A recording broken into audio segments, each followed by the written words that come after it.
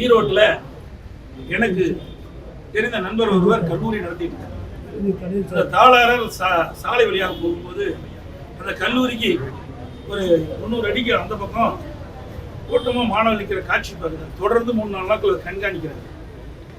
கண்காணித்த பிறகு அங்கே இருக்கிற வாட்ச்மேன் விட்டு ஏன் மாணவர்கள் அங்கே நிற்கிறாங்க கூட்டமா என்று பார்க்க சொன்ன பொழுது அங்கே என்னென்னா போதைப் பொருள் விற்று அதை உடனே அவர் அந்த மாவட்ட காவல்துறை கண்காணிப்பவருக்கு தகவல் கொடுக்கிறார். உடனே மாவட்ட காவல்துறை கண்காணிப்பு நடவடிக்கை எடுக்கிறார். கைது பண்ணிட்டு போய் சிறையில் அடைக்க வழக்கு தொடர்றாங்க. சிறையில் அடிக்கிறாங்க. 5 நாள் கழிச்சு அதே இடத்துல விற்கிறாங்க.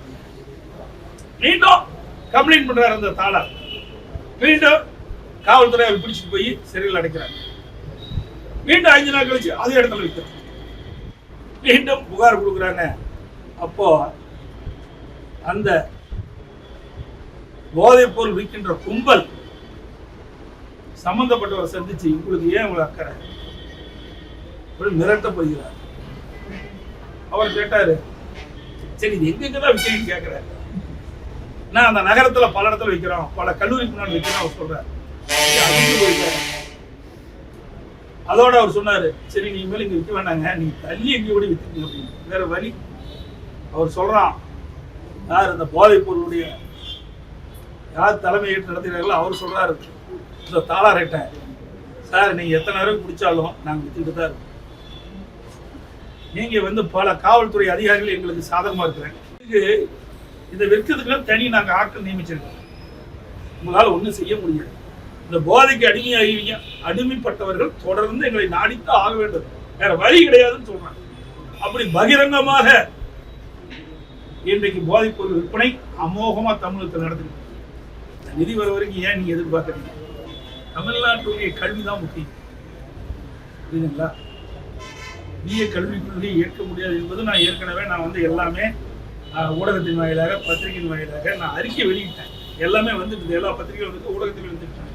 ஆனா ஒரு அரசாங்கம் அதை காட்டிக்கொண்டு அதை சுட்டிக்காட்டி ஆசிரியர் பெருந்தைகளுக்கு அந்த சம்பளத்தை வழங்காது இருப்பது கண்டிக்கிறது. ஏன்னா இன்னைக்கு பல மாதங்களாக ஆசிரியர் பெருமக்களுக்கு வழங்க வேண்டிய சம்பளம் வழங்கப்படாது இருப்பது வேதனை இருக்குது. ஏன்னா இந்த ஆசிரியர் பெருமக்கள் தான் வருங்கால இந்தியாவை தமிழகத்தை ஆளக்கூடிய மாணவர்களை உருவாக்க வேண்டியவர்கள் ஆசிரியர்கள். அப்படிப்பட்ட ஆசிரியர்கள் சோர்வடைகின்ற பொழுது அந்த கல்வித்தரம் குறைஞ்சிடும். இதையெல்லாம் இந்த அரசு கவனத்தில் எடுத்துக்கொண்டு இந்த மத்திய அரசு ஆதாரி பெற வேண்டும். அது ஒரு புறம். இரண்டாவது, இந்த ஆசிரியர் பெருந்தகைக்கு வழங்க வேண்டிய அந்த சம்பளத்தை முறையாக வழங்க வேண்டும் என்று ஊடகத்தின் மேலாக இந்த அரசை கேட்டுக்கொள்கிறேன். அரசு உதவி பெறுகின்ற கல்லூரியில் பணியாற்றுகின்ற பேராசிரியர்களுக்கு 1 வருடமா சம்பளமே கொடுக்காது இருக்கிறாங்க. இதுவும் கண்டிக்கத்தக்கது. இது முறையாக அவர்களுக்கு அந்த பேராசிரியர்களுக்கு கிடைக்க தனியார் உதவி பெறுகின்ற அந்த அரசு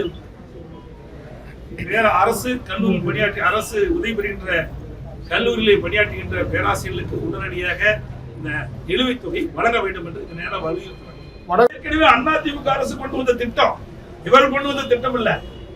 அந்த திட்டத்தை கூட இன்னும் முழுமையா நிறைவேற்ற முடியல. போன வருடத்திற்கு முன்பு 2022 இன்றைக்கு முதலமைச்சர் உட்பட அங்க இருக்கின்ற மேயர் உட்பட இரண்டாவது இங்க இருக்கிற அமைச்சர் சென்னை மாநில அமைச்சர் உட்பட இன்றைக்கு 20 சென்டிமீட்டருக்கு மழைக்கு மேலே பெய்தால் கூட ஒரு சொட்டு தண்ணீர் தேங்காது அப்படின்னு சொன்னேன். 22, 23 முடிஞ்சது, 24 முடியும் போது இன்றைக்கு 2 ஆண்டுகள் ஆகி கூட இன்றைக்கு மழைநீர் வடிகால் பண்ணி சென்னை மாநகரத்திலே முழுமையாக நிறைவேற்றப்படவில்லை. இது கண்டிக்கத்தக்கது. எல்லாம் வெற்றி அறிவிப்பு தான். எதுவுமே இந்த ஆட்சியில நிறைவேற்றப்படவே இல்லை. வேகமா துரிதமா இந்த பணி நிறைவேற்றப்பட்டிருந்தால் இன்றைக்கு வடகிழக்கு பருவமழை துவங்குவதற்கு முன்பாக இந்த நிறைவேற்றிக்கணும். வடகிழக்கு பருவமழை கனமா பெய்ஞ்சா சென்னை மிதக்கும். உலக முதலீட்டாளர் மாநாட்டம் நடத்தினாங்க 2 நாள்ல. 100கணக்கான புரிந்துணர்வு ஒப்பந்தம் போட்டான்னு இவர்களே வெளியிட்டாங்க.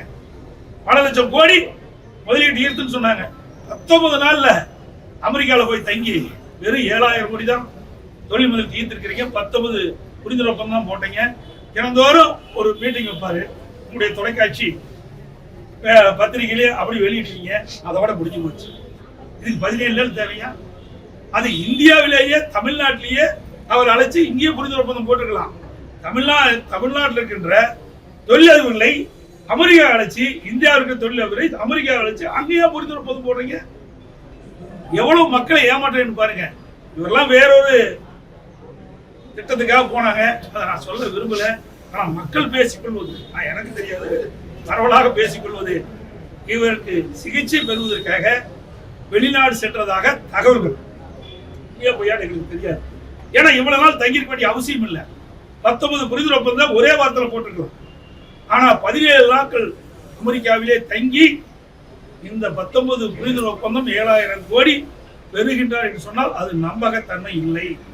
அமெரிக்காவுக்கு ஸ்டாலின் சென்றடைய நோக்கம் அவருடைய உடல்நிலை சிகிச்சை பெறுவதற்காக சென்றார் என்று பரவலாக மக்கள் பேசுகின்ற செய்தி.